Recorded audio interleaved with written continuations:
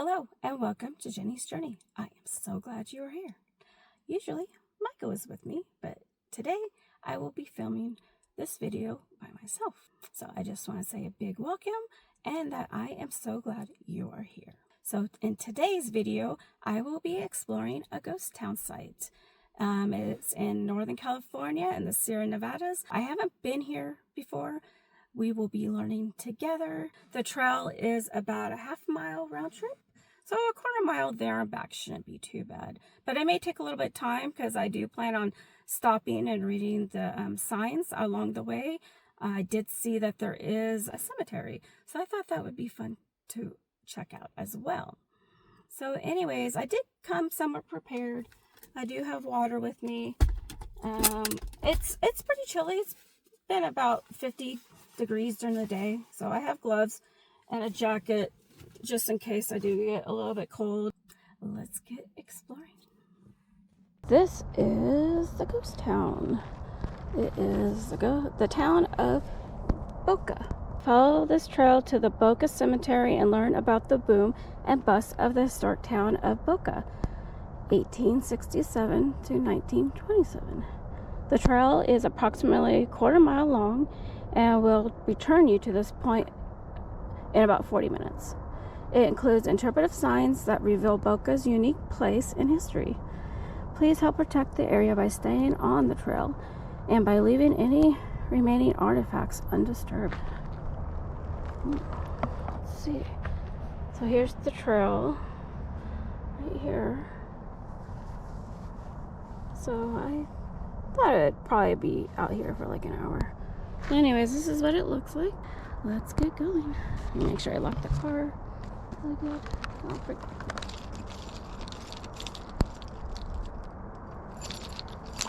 Okay, let's get going. I'm really hoping it's not going to be too hilly. Oh, I see signs up there already. Okay.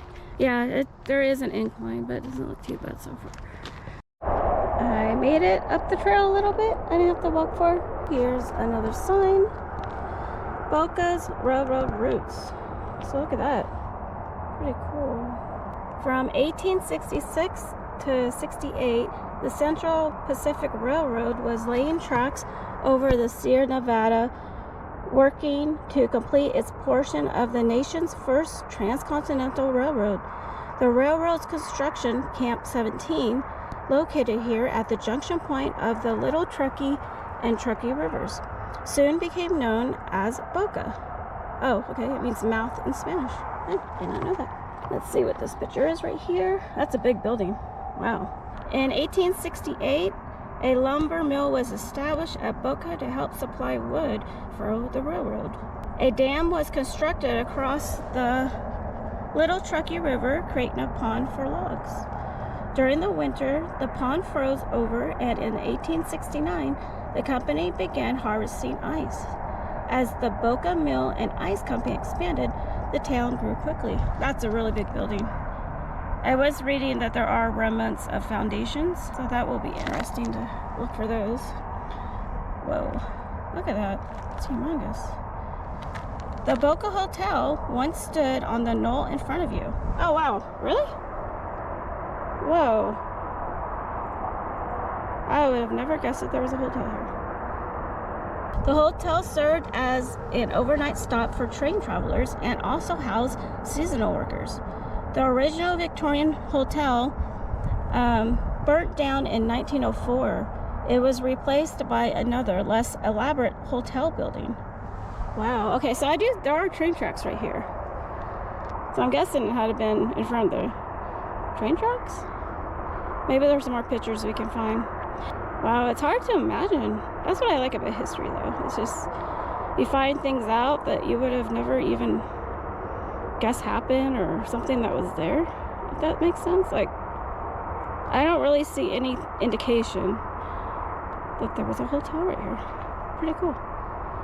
Okay, so we're gonna keep, oh, I don't know what all this stuff is. There's all these rusted remnants of something in here. Hey, catch my breath. Whew, I'm out of shape. Wow. Okay, so a town mostly of men. Boca once boasted a population of about 200, mostly men under 40. Frontiersmen from Maine, New Hampshire, Tennessee, Kentucky, Ohio, Nevada, Ireland, Germany, China, and Italy were among the residents. The mixture of men from different countries, cultures, and occupations did not always blend well. Boca had a reputation for violence.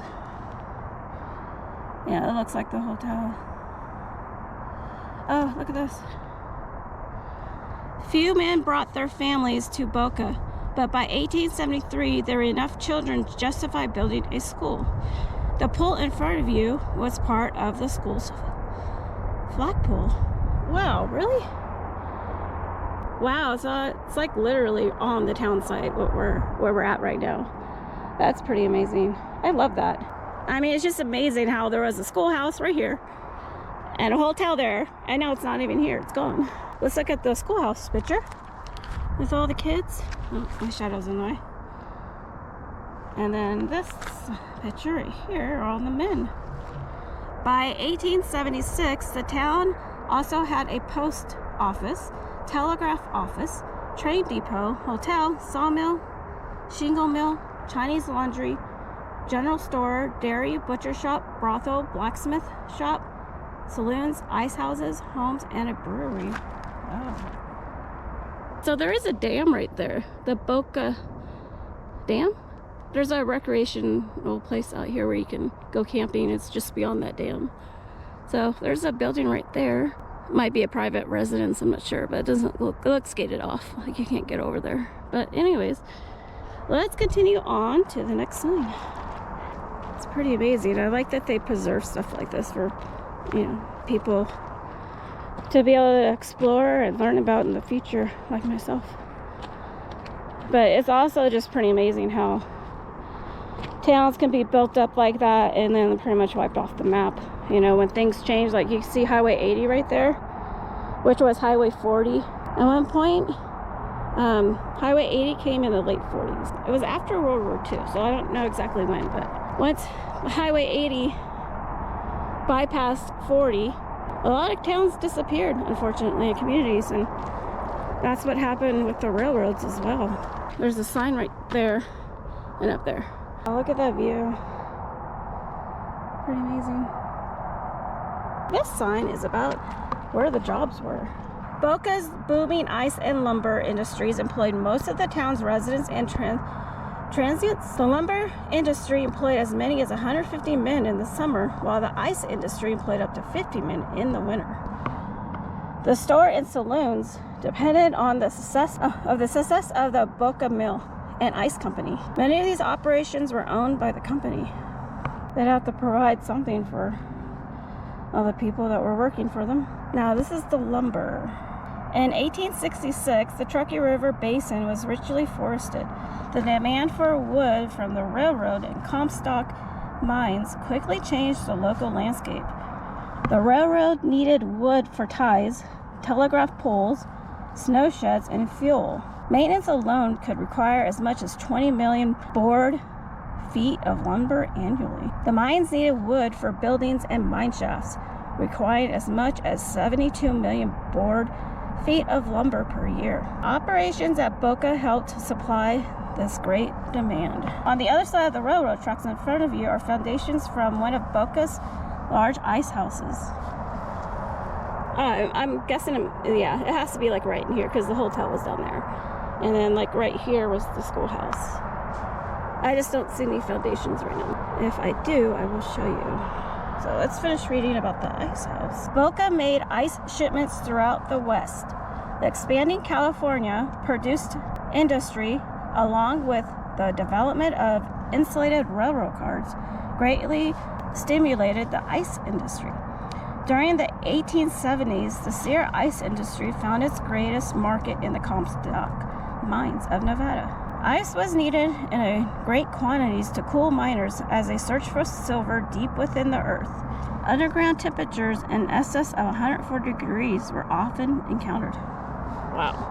Boca was also known for a brewery. They made beer. Here is the brewery. Right here. Before us, above the flat between the river and freeway, was stood a massive brewery. So right there, I'm guessing an acre big. It was established in 1876 and developed a famous lager beer that won awards at the 1883 Paris World Fair. They used ice for fermentation process. Now, the brewing company employed up to 35 men, mostly German, and produced up to 30,000 barrels a year. Oh, here comes the train right there. Nice. Okay, so the brewery shipped throughout the West. Oh, and it was destroyed by fire in 1803, and to the sadness of many, was never built or rebuilt. Here's the train. Oh, it's Amtrak, yay! I have reservations to go on Amtrak in a couple months. Yeah, that's really cool. Nice. So we'll be coming up this way on that trip. So let's keep going. There's a sign right there. I hear like a helicopter. Huh. Oh, duh, it's right there. I got distracted. Okay, so here is about the brewery. Okay, and then the ice production. And here's a pretty faded picture. So the Boca lost its brewery to fire in 1893. Extreme over-harvesting led to the end of the unlimited timber era. The Boca sawmill closed in 1908. The hills have been stripped of their wooden gold. Wow. Ice production became the town's main industry. Unfortunately for Boca, the future of natural ice was not promising either. The Sierra ice industry lost its biggest market in the 1880s when the Comstock mining era ended. In the 1900s, modern refrigeration and ice production signaled the end to natural ice harvesting. Unable to compete with the artificial ice industry, the Union Ice Company, which acquired the ice company at Boca, ceased operations and began dismantling the town of Boca in 1927. Not sure where and that other one goes. Oh, I bet, you know what? I bet it loops around, so it probably doesn't matter. I think I'm gonna go to this trail first, because it did say round trip. It takes 40 minutes on that sign when we first started. Oh, I see the cemetery. So we're gonna go this way. Here's the cemetery. I see 2 graves so far. Let's get a little bit of a closer look and see if we can read any names and dates. It does look like somebody comes up here, puts down flowers. Oh, I wonder if that's a grave. Oh, here's a little pathway. Stay on that, just to be respectful. No, there's 3 of them. Maybe it's a family. A member of Little John, son of J. and E. Margabroli, 1903. That sounds like an Italian name. Jeremiah, Mr. and Mrs. J.O. Does it say Shea? Born March 13th, 19 something. I can't even see. Oh, 1907. Oh, wow. Died June 20th, 1907. Wait. Oh, March, April, May. Oh, 3 months old. That's sad.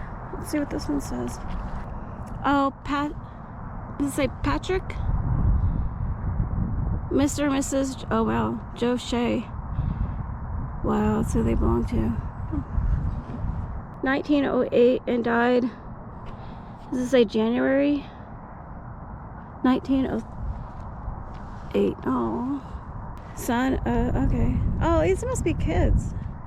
Because it says when they died, but not when they were born.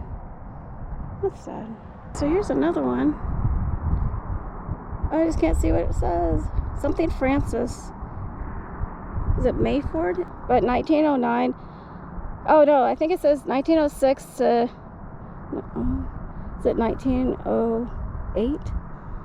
Are these like kids? Oh. So There is this over here, but I don't want to go over there and disturb it because there's no headstone or anything over there. And then there's one right here. Here's another cemetery. Wow. There's one right there. I can't read the month, but it says something 20th, 1872. Oh, is it 13 months and 2 days? Yeah, I just can't read what the month is. Oh, and I think it says 13 months. Oh, there's another pretty one over there. Okay, I think we're almost done already. Oh, okay, let's... Oh, we can read this one, I think. Hold on, let me see if I can get a better view or a better angle in this direction. Oh yeah, here's a sign. Maybe the sign will say who's all here, but this one says Franklin Marson, born May 4th, I think it says, 1820. Oh, there we go. Yeah, May 4th, 1829. And then died March 20th, 1889. Oh, they put the ages on. That's interesting. Age, okay. Yeah, 39 years, 10 months. Oh, that's interesting that they put all that information. This looks definitely newer. I feel like people have been out here restoring them or putting markers down because they were probably lost. So let's see what this sign says. Or let's see if we can read it. A little further up the trail. Oh, we might have went backwards because... Okay, yeah, I went this way. I wonder if you were supposed to come this way. You will enter... Oh my gosh. Oh, Boca Cemetery. This cemetery remains as a testimony to the, oh my gosh, harshness in the Sierra front town.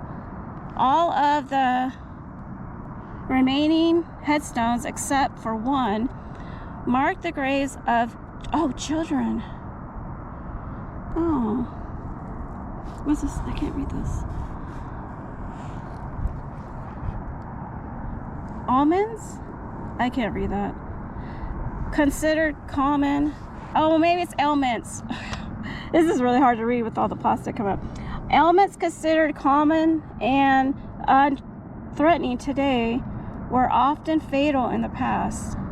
Oh, bronchial pneumonia, intestinal problems, and childhood diseases such as typhoid took the lives of some of these children. Oh, that's sad. Okay, well that one couldn't have been 39 years old. I'll have to go look at that again. Please respect the special resting place. Oh, look, it shows the people here. Limited, oh my gosh, limited something,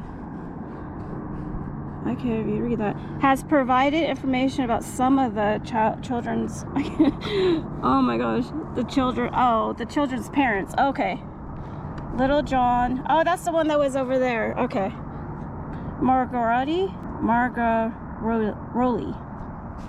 His father, Jim, was born in Italy. Ah, I thought it sounded Italian. And was section foreman for the railroad. His mother, Edna, was born in Illinois. Then you got Patrick. Oh, okay, yeah, we looked at those. Patrick and Jeremiah O'Shea. Their parents, Jerry and Margaret O'Shea, were both from Ireland. Jerry was section boss for the railroad. And then we have, oh, this is the one I couldn't read. Mineford? How do you say that? Mineford Weeks? Oh, Weeks was the last name. Wow. His father, R.C. Weeks, was born in Missouri and was a stenographer for the ice company. Mainford's mother, Charlotte Weeks, was born in Nevada. Oh. Interesting. That's nice that they're putting flowers out here, you know, and putting new headstones on some of them.